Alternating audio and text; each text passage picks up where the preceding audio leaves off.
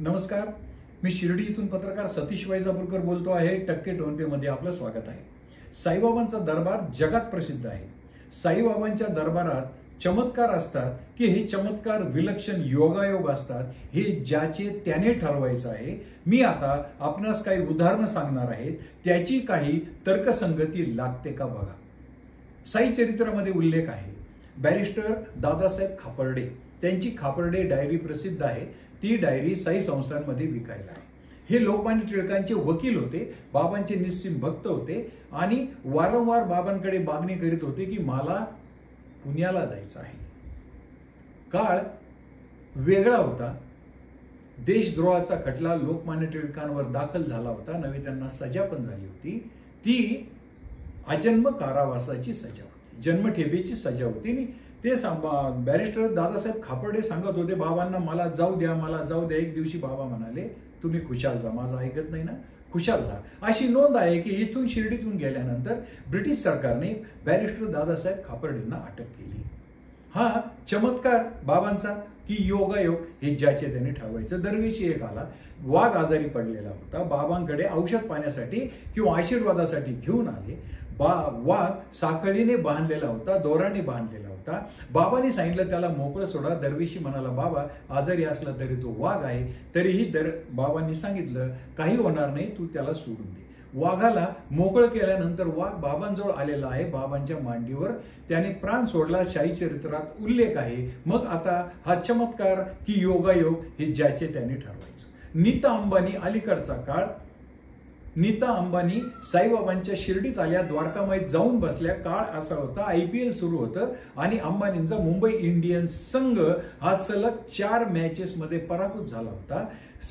त्यांनी द्वारकामाईत माथा टेकवला, साईबाबांच्या समाधीवर माथा टेकवला। मुंबई इंडियन्सचा विजयाची मालिका सुरू झाली। नीता अंबानी एकदा आल्या, 4 वेळा त्यांचे चिरंजीव आकाश अंबानी आले। त्यानंतर मॅचेस झाल्या 8, मुंबई इंडियन्सने जिंकल्या 7। काल परवा मुंबई इंडियन्स क्वार्टर फायनलमध्ये तो संघ दाखल झाला। आता हा योगायोग समजायचा।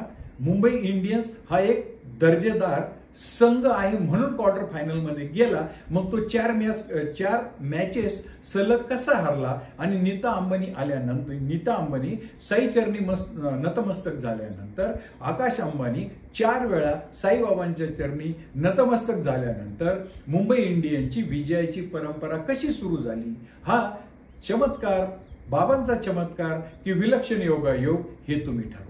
आता कालची घटना, बाबांचा वार गुरुवार, दुबईमधून आलेलं एक अनिवासी भारतीय कुटुंब साईबाबांची आरती द्वारकामाईत करत आहे।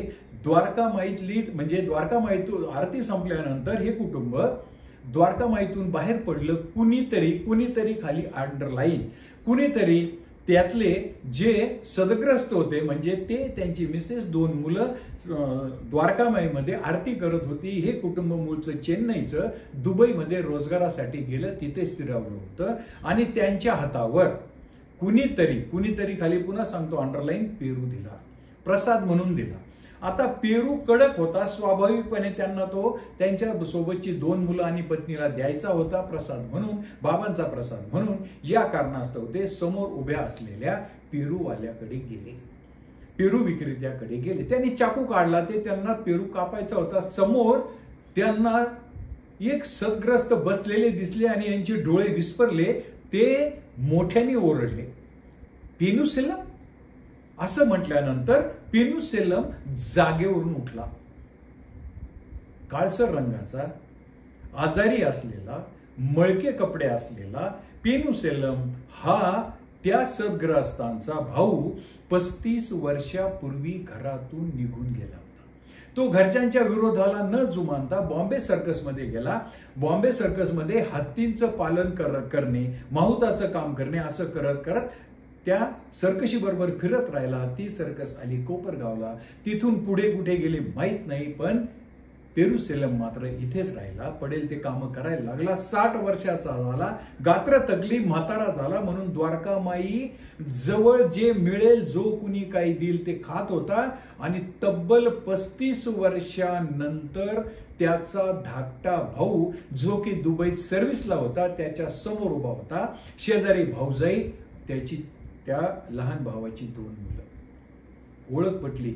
दोघे एकमेकांचे भाऊ एकमेकांच्या गळ्यात पडले, ढसढसा रडायला लागले. काय चाललं कोणाला काही समजत नव्हतं. आणि मग हा दुबईतला भाऊ आपल्या थोरल्या भावाला घेऊन, बाबा अय्यर यांचं स्वामी मद्रास हॉटेल आहे त्या हॉटेलात गेले. जेवण करता करता दोघेही भाऊ ढसढसा रडत होते म्हणून बाबा अय्यर तिथे गेले. त्यावेळेस त्यांना ही कहाणी समजली की हे 2 भाऊ 35 वर्षानंतर एकत्र भेटत आहेत. एकूण भाऊ 5 आहेत.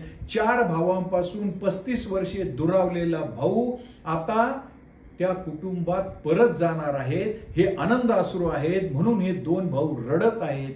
त्यामुळे ही कथा शिर्डीकरांना समजली.